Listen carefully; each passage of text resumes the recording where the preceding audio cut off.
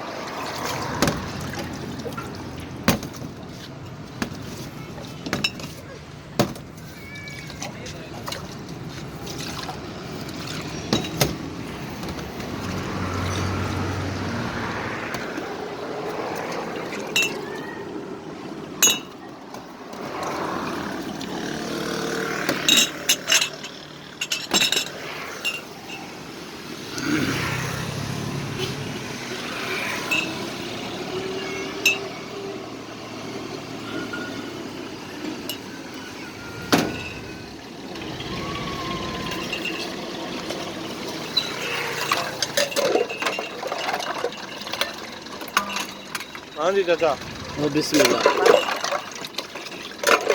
कब किधर उतर चले एक ही कप है नहीं है इसको मैं पूछना पे ना गुजर रहा हो जावे ना बिल्कुल ही नहीं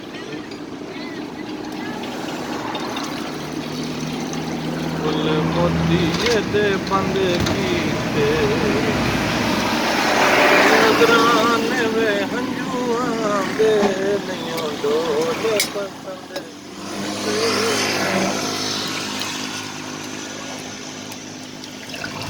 उसे जाते रहना अच्छा नहीं बनाई जबरदस्ती फोटो